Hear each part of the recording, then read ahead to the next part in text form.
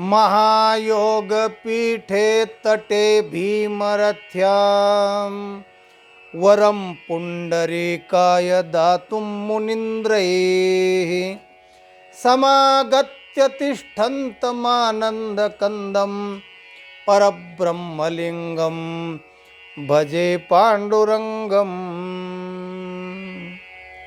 सज्जन हो, प्रत्येक माणसाला असं वाटतं की आपल्या कामामध्ये आपल्याला यश मिळालं पाहिजे. मग प्रत्येक माणसाला यश का मिळत नाही? तर यशाची जी गुरुकिल्ली असते ना, त्याचे साधना आणि त्याची प्रक्रिया ही त्याला नीट माहिती नसते. आणि म्हणून शास्त्रकाराने ठिकठिकाणी या गोष्टी सांगितलेल्या आहेत. जर आपण तशा प्रकारचं वाचन केलं, तशा प्रकारच्या तत्त्वज्ञानी माणसाजवळ जाऊन राहिलं तर आपल्याला ते ज्ञान होतं आणि मग आपल्याला जे हवं ते यश प्राप्त होतं. त्यासाठी या 3 गोष्टी महत्त्वाच्या ध्यानात ठेवा. निष्ठा, धैर्य आणि सातत्य हे यशाचे गमक आहे आणि हे प्रत्येक क्षेत्रामध्ये आहे. व्यवहारामध्ये जर तुम्हाला काही साध्य प्राप्त करायचं असेल तरी या गोष्टी तिथे लागू होतात. परमार्थामध्ये सुद्धा निष्ठा पाहिजे, धैर्य पाहिजे, आपल्या प्रयत्नाचं सातत्य पाहिजे. या गोष्टी असाव्याच लागतात. मग ते शैक्षणिक क्षेत्र असो, सामाजिक क्षेत्र असो का इतर धार्मिक क्षेत्र असो, प्रत्येक क्षेत्रात. दृष्टांत सांगूया आणि मग आपणाला विषय समजेल.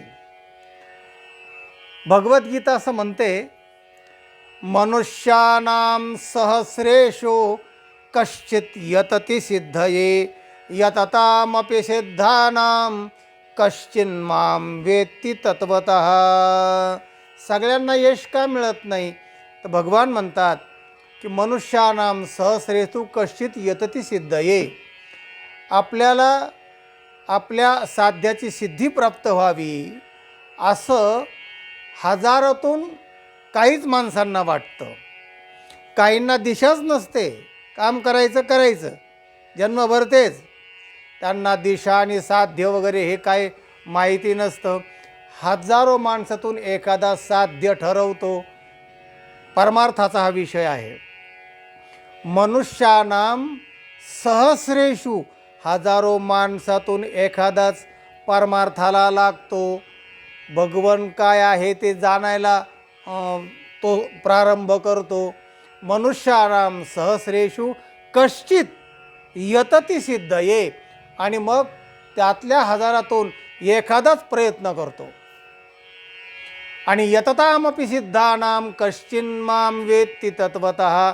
आणि प्रयत्न करणाऱ्या हजारातून एखादाच तत्वतः मला जाणतो. म्हणजे तत्वतः साध्यापर्यंत जाणारा हजाराच्या संख्येने फार कमी लोक असतात. अशा प्रकारचा हा सिद्धांत आहे. आणि भजणारे, साधन करणारे सुद्धा 4 प्रकार भगवद्गीतेत सांगितले भगवंताने. चतुर्विधा भजन्ते माम ये जनाः सुकृतिनोऽर्जुन आर्तो जिज्ञासुरर्थार्थी ज्ञानी च भरतर्षभो. 4 प्रकारचे भक्त मला भजतात. कोणते कोणते? तर आर्त, जिज्ञासू, अर्थार्थी आणि ज्ञानी. याच्यामध्ये आजचा जो आपला विषय आहे व्हिडिओचा तो आहे जिज्ञासू. जिज्ञासू जाणावया लागे भजे, माऊली म्हणते. तेव्हा जिज्ञासा पाहिजे आणि ती जिज्ञासा पूर्ण करण्यासाठी गुरुकडे जावं लागतं. आणि अशा गुरुकडे काही शिष्य जातात. तर त्यासंबंधी एक आपण उदाहरण सांगूया. त्याला आम्ही दृष्टांत असं म्हणतो. दृष्टांत. स्वामी नित्यानंदाच्या आश्रमामध्ये बरेच शिष्य अभ्यास करण्यासाठी आलेले होते. त्यांचा अभ्यास चालू होता. आता प्रत्येकाचा अधिकार, प्रत्येकाचा विषय वेगवेगळा असतो. तरी पण ते गुरु त्यांची चाचणी घेऊन, त्यांचा विभाग करून त्या विभागामध्ये त्यांना ते शिक्षण देतात आणि त्यांची ती परीक्षा घेतात. कोणाचाही विषय वेगळा असतो आणि त्यांचे अधिकार पण वेगवेगळे असतात. अधिकार तैसा करू उपदेश, साहे ओझे त्या सत्तेचे देवो. संत म्हणतात अधिकार असेल तसाच उपदेश केला पाहिजे. ओगी मुंगीवर हत्तीचं ओझं घातलं तर ती कशी ओढणार, मरून जाईल तिच्यामध्ये. तर प्रत्येकांना आणि ते ज्ञान गुरूंना असतं, आश्रम चालवणाऱ्यांना असतं. म्हणून स्वामी नित्यानंदाच्या आश्रमामध्ये अनेक शिष्य अभ्यास करत होते. एकदा स्वामींनी ठरवलं की यांची परीक्षा घ्यायची. मग त्यांनी काय केलं की बांबूच्या काड्यांचे बरेच टोपले बनवायची ऑर्डर दिली आणि बरेच टोपले त्या बांबूच्या काड्याचे टोपले बनवले आणि शिष्यांना सांगितलं की हे बघा, हे जे टोपले आहेत ना ते घेऊन जा नदीवर आणि नदीवरून या टोपल्यामध्ये पाणी घेऊन या आणि आश्रम स्वच्छ करा. आता हे गुरुजींचं विधान ऐकल्यावर काही थोडी बुद्धी असणारे जे शिष्य होते ना, तर ते म्हणले काय गुरु सांगतात ते काय आपल्याला पटत नाही, पण आता गुरुची आज्ञा आहे तर बघूया. पण या टोपल्यात पाणी कसं काय आणता येईल, कारण त्याला लहान लहान लहान लहान सूक्ष्म छिद्र असतात आणि ते टोपल्यात पाणी कसं आहे गळून जाणार, असं त्यांना अगोदरच समजलं. त्यामुळे पण चला गुरुची आज्ञा म्हणून आपण म्हटलं आहे निष्ठा, धैर्य आणि सातत्य, याच्या हे तिन्ही गोष्टी गुरुवर निष्ठा असली पाहिजे. तर चला गुरुची आज्ञा, गुरुवर निष्ठा आहे म्हणून ते टोपले घेतले आणि ते सगळे शिष्य नदीवर गेले आणि नदीच्या पाण्यामधून ते जो डोह होता ना त्या डोहामध्ये पाणी भरायचे. टोपल्यात पाणी आलं की ते खाली धारा लागायचं, गळायचं. दमले काही शिष्य, काही एक दोन हे केले की म्हणले जाऊ दे येणारच नाही आहे, असे त्यांनी मध्येच सोडून दिला विषय. बाकीचे बरेच वेळ प्रयत्न करत होते, दमले, पण त्यांना काय ते जमेना म्हणजे बराच वेळ झाला तरी म्हणले येणारच नाही, पाणी कसं काय येणार. आणि सगळे शिष्य परत आले. म्हणजे हे समजा 9-10 वाजता सांगितलं जायला, 11-12 वाजता सगळे शिष्य परत आले. भुका लागल्या होत्या आणि झालं. गुरु महाराजांनी विचारलं काय झालं रे, पाणी आणलं? नाही म्हणले महाराज, पाणी येईलच कसं, सगळं गळतं आहे म्हणाले. हां, थोडं तर का होईना पण ते गळतं आहे. असं म्हणले. आणि तो गंगाराम नावाचा शिष्य कुठं आहे, ते म्हणलं ती एकटंच बसलं आहे आदवत. हां, आम्ही आलो, भुका लागल्यात आणि ते येणारच नाही, आमची खात्री झालेली आहे. त्या स्वामींना कळलं की हा निष्ठावान आहे बरं का. तो एकटाच प्रयत्न करत होता, बुडवायचा घ्यायचा, गळाल तरी पुन्हा बुडवायचा, पुन्हा घ्यायचा. असं करून पार संध्याकाळची वेळ झाली आणि मग गुरु महाराजांनी त्या शिष्यांना बरोबर घेतलं. चला म्हणाले, प्रात्यक्षिक तुम्हाला दाखवतो. आणि मग हे सगळे गेले गुरु महाराजांबरोबर. पाहिलं तर तो जो निष्ठावान होता, ज्याच्यामध्ये धैर्य होतं आणि सातत्य होतं, सतत तो ते काम करत होता. गळला ना पुन्हा बुडवायचा, पुन्हा वर काढायचा, पुन्हा गळाला की पुन्हा करायचा. हळूहळू काय झालं, ते जे बांबूच्या पट्ट्या होत्या ना टोपलं बनवलेल्या, त्या पट्ट्या आता 6-7 तास सतत पाण्यात ते भिजून वर काढल्यामुळं त्या फुगत हळूहळू गेल्या आणि त्या फुगल्यामुळे एकदम त्या फिट्ट झाल्या. आणि मग हे जेव्हा मंडळ तिथे गेलं गुरु महाराज आणि शिष्य, तोपर्यंत याचं पाणी जवळजवळ त्या टोपलीमध्ये गच्च भरलं टोपलं आणि तो बाहेर काढलं. राहिलं म्हणलं पाणी. एवढा मोठा आनंद झाला, साध्य प्राप्त झालं की माणसाला फार आनंद होतो. त्याचं धैर्य, त्याची निष्ठा, त्याचं सातत्य सफल झालं आणि त्याला आनंद, तो बाहेर आला आणि आनंद व्यक्त करण्यास तो पाहतो. तर सगळे शिष्य गुरु महाराज स्वतः आलेत, स्वामींना नमस्कार केला. म्हणले हे बघा आता निघालच होतं आश्रमात पाणी घेऊन, हे बघा टोपल्यात पाणी राहिलं म्हणाले. आणि मग ह्या शिष्य ते पाहतच होते. त्याला अगोदर हे याडमाट समजत होते की याडमाट अजून भरते पाणी, त्याला काय कळत नाही. पण जेव्हा ते सिद्ध झालं आणि यांनी प्रत्यक्ष पाहिलं, चक्षुर्वै सत्यम असं एक प्रमाण आहे की डोळ्याने पाहिलं ना की मग माणसाला खास पडतं की हां बरोबर आहे, कारण मी प्रत्यक्ष पाहिलं आहे. प्रत्यक्ष प्रमाण हे फार बलवान प्रमाण असतं. त्या शिष्यांचे एकदम माना खाली झाले. अरे म्हणले, तर गुरु महाराज म्हणले हे कसं काय झालं, तर मला काय समजलं नाही म्हणले, पण माझी निष्ठा होती, मी सातत्य राहिलं, मी ते प्रयत्न करत होतो आणि प्रयत्न यशापर्यंत करायचे असतात.